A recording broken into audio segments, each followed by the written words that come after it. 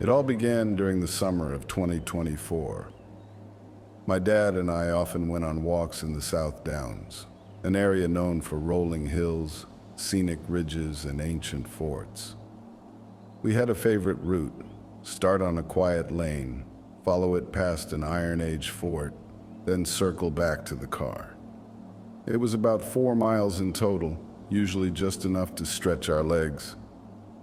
One Saturday, feeling restless, we decided to try a different direction, turning left instead of right. It seemed like a small choice at the time.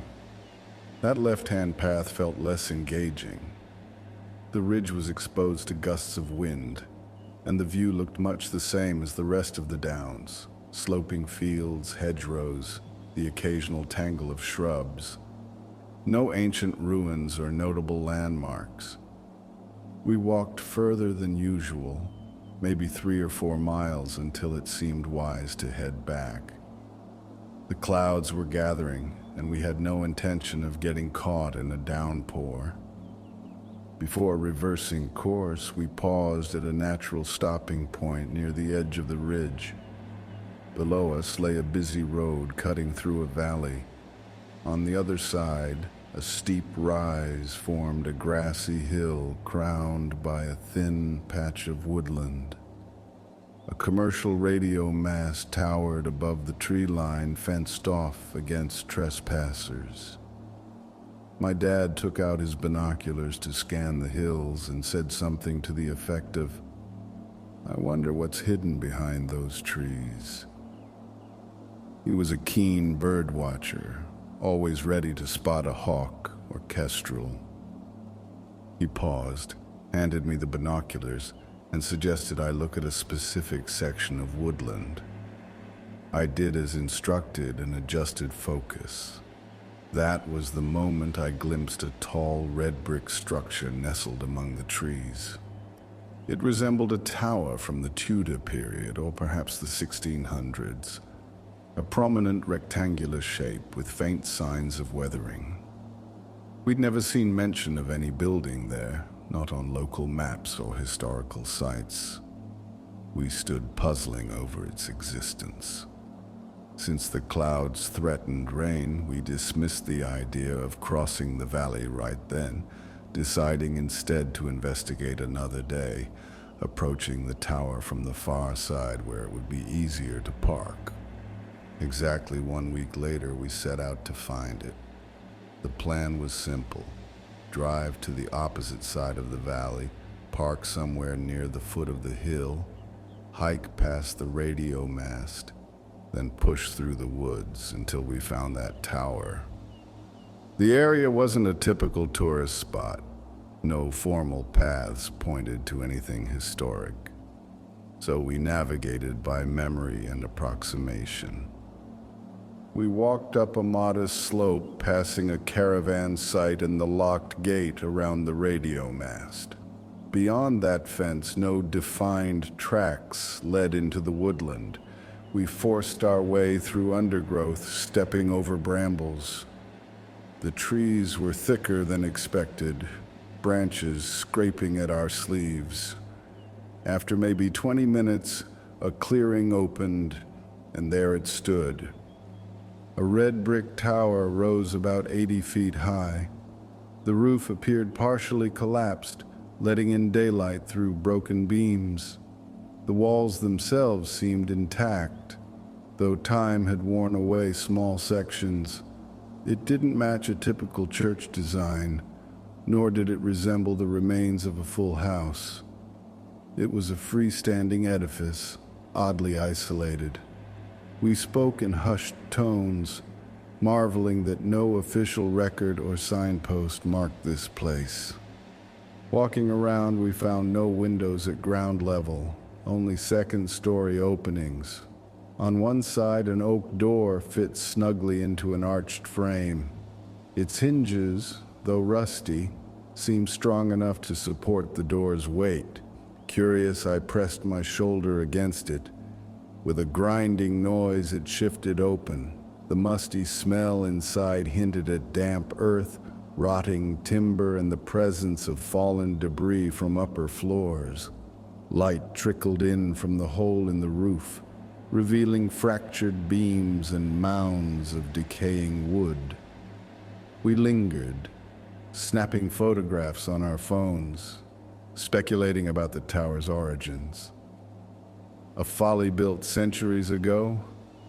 A hunting lodge from an era long past?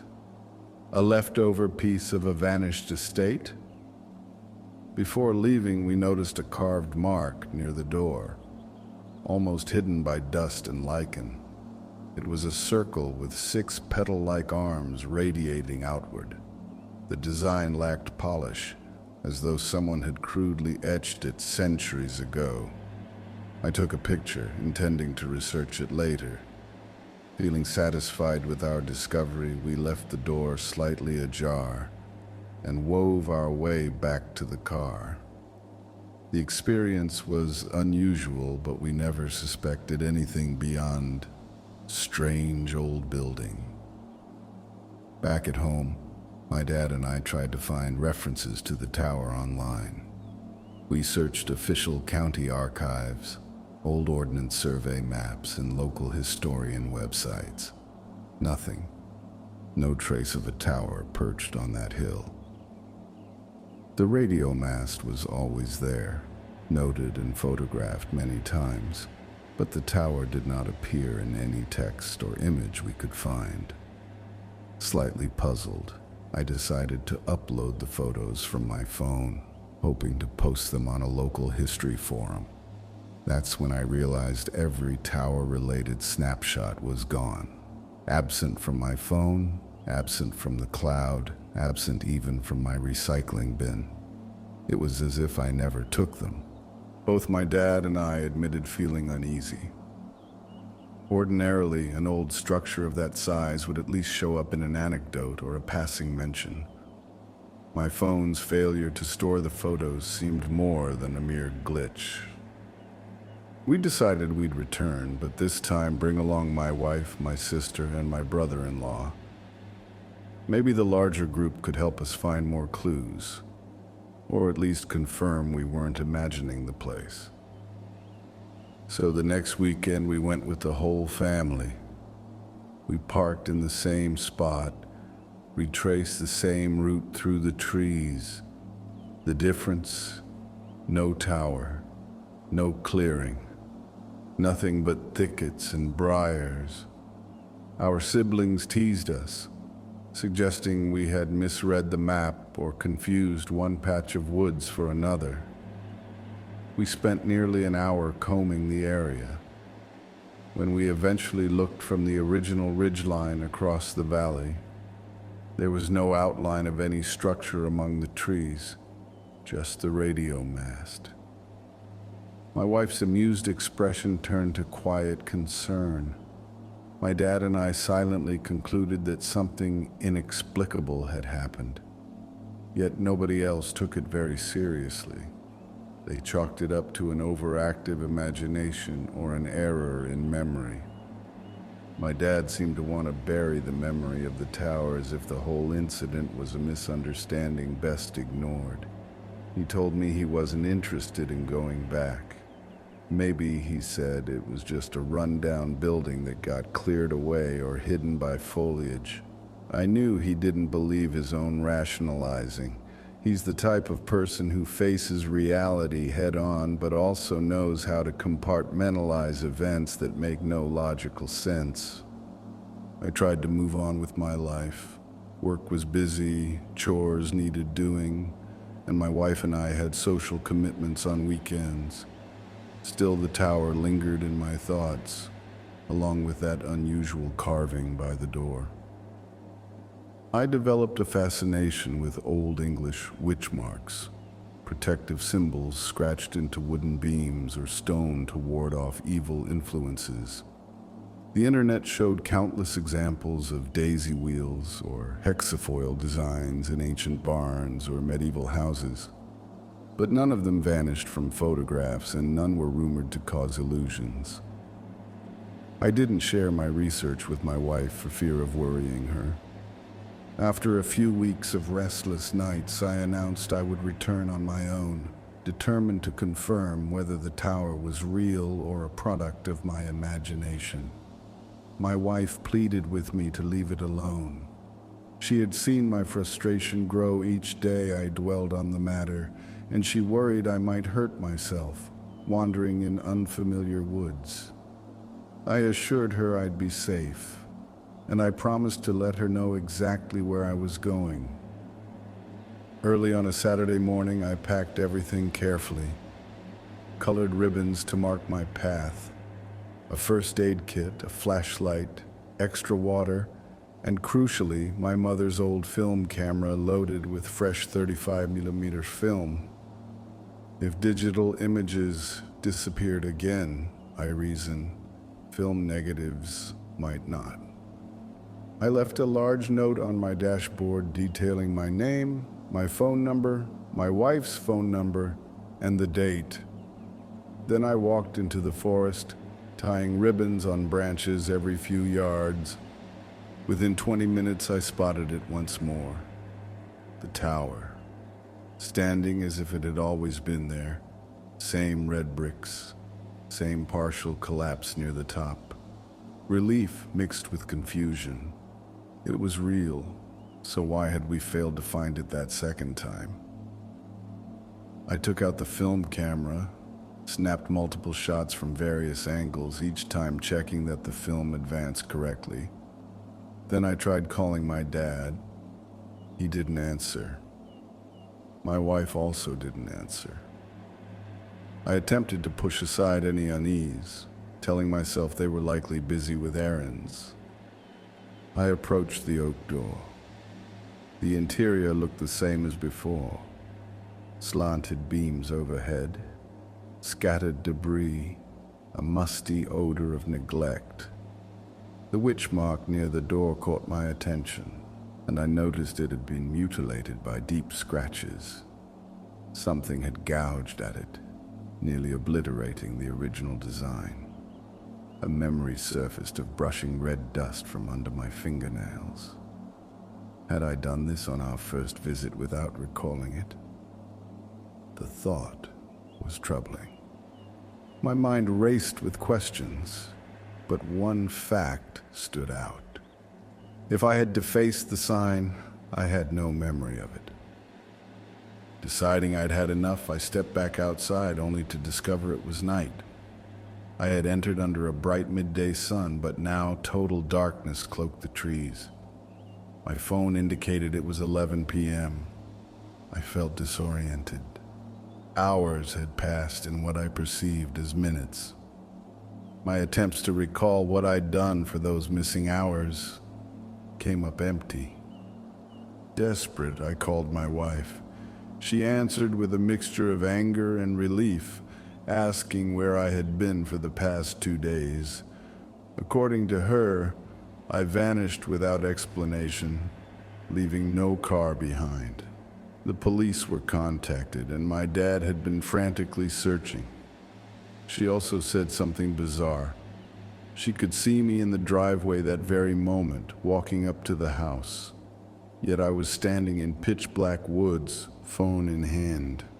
The line erupted in strange interference, and we lost connection. Efforts to call her back failed. My phone still showed coverage bars, but every attempt to dial ended in silence. An unsettling thought took shape. If she claimed I was at home, who or what was at our house wearing my face? My earlier research about warding symbols and illusions flickered in my mind. I had no rational explanation. Turning my flashlight on, I decided to find the route back to the car. I recalled tying ribbons at intervals, so all I had to do was follow them in reverse. Yet the beam of my flashlight revealed something that froze me in place. The forest around me was filled with ribbons on nearly every tree. It was as if countless versions of me had walked these paths, each leaving fresh markers. Tree trunks were wrapped in colored strands of different ages. some bright and new. Others faded as if left for decades. The original ribbons I placed were lost among hundreds. I tried forging a straight path away from the tower, but the undergrowth seemed never-ending. Hours felt like they passed with no sign of a clearing or the road. Each attempt led me in a wide loop, eventually returning me to the foot of the tower. At intervals, I tried calling my wife or my dad, but the calls either refused to connect or rang into a void. At some point, I realized the sky had not lightened, despite my phone reading times that should have been early morning. It remained an eternal night in this section of woodland. Exhausted, I sat with my back against the tower's bricks, tying more ribbons around my wrist in the vain hope of preserving a sense of identity. Every footstep felt pointless. Every attempt to leave ended where it began. That is where I remain, composing this account on my phone's diminishing battery. I tried saving pictures on my film camera, but I have no way of knowing if those images will survive. My personal state of mind is one of confusion rather than conventional panic. The hours and days have merged into a single stretched period with no dawn. My wife and parents maintain they have me safe at home, though that cannot be true. Something else returned, passing itself off as me. I wonder if the carved witch mark was meant to seal this tower off from ordinary sight. If so, my dad and I must have broken its protection the first time we forced the door open. And in my second visit, perhaps I further damaged it, allowing another entity to slip free. I do not recall making those scratches, but I found them, deep and fresh. This place might be an intersection between two realities. If so, the warding sign once kept the tower hidden, and now it stands open for whoever stumbles upon it, unaware that they risk being replaced. I have no idea how I can escape. The sense of time is fractured. The path out of the woods loops infinitely, and my phone's battery drains bit by bit. The reality I knew has receded. My dad and wife believe I'm with them, yet I'm here. The thought that someone or something wearing my face is currently inhabiting my life weighs on me. By the time my father realizes I never truly returned, it may be too late. If you discover this device or these words, heed this warning. Do not approach any tower you cannot find on a map. Do not assume it's safe to explore an ancient structure hidden from records. If your photographs go missing, if your footprints vanish, leave immediately. Do not challenge whatever is bound or was bound behind those walls. I accept that I might remain in this twisted space forever. However, I hope someone will read this and recognize the danger. It might already be too late for me, but perhaps not for you. My car note in the dashboard said I'd be out here. If the car is gone, that means something else claimed it. My phone battery is nearly finished. The sky remains dark. I await whatever final step draws me deeper into these woods. If my family sees a person who looks exactly like me, claiming to be me, I urge them to stay cautious. That presence is not me. It might know my habits, my tone of voice, and all my memories. Yet it is a stranger. There is no sign I can give to prove otherwise. My attempts at communication fail. I have no further plan but to keep these words on my screen as long as possible, hoping the phone might autosave if I vanish. My father once told me there's always a rational explanation for everything in our world, But this is beyond rational understanding. Reality has become fluid around me.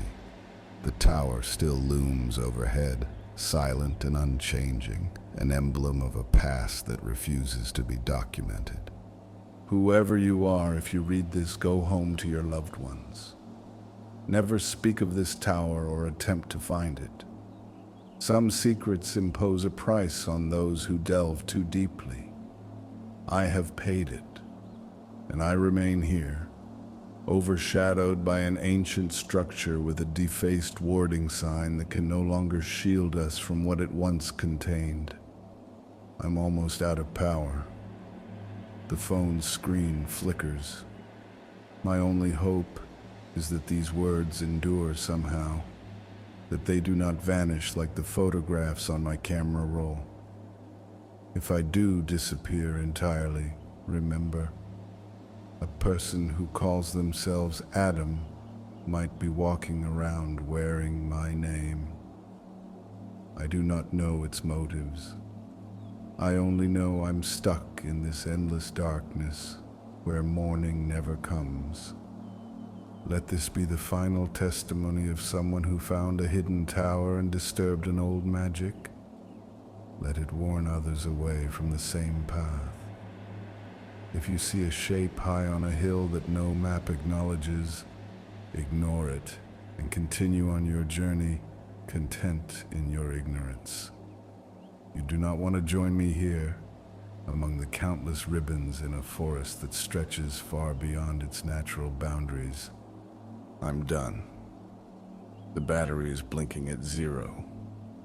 My words are saved in the Notes app, hoping one day they will be discovered. If you're reading them, heed the warning. Do not seek the tower. I'm still here, but my family thinks I'm home. Spare yourself the fate I brought upon us all.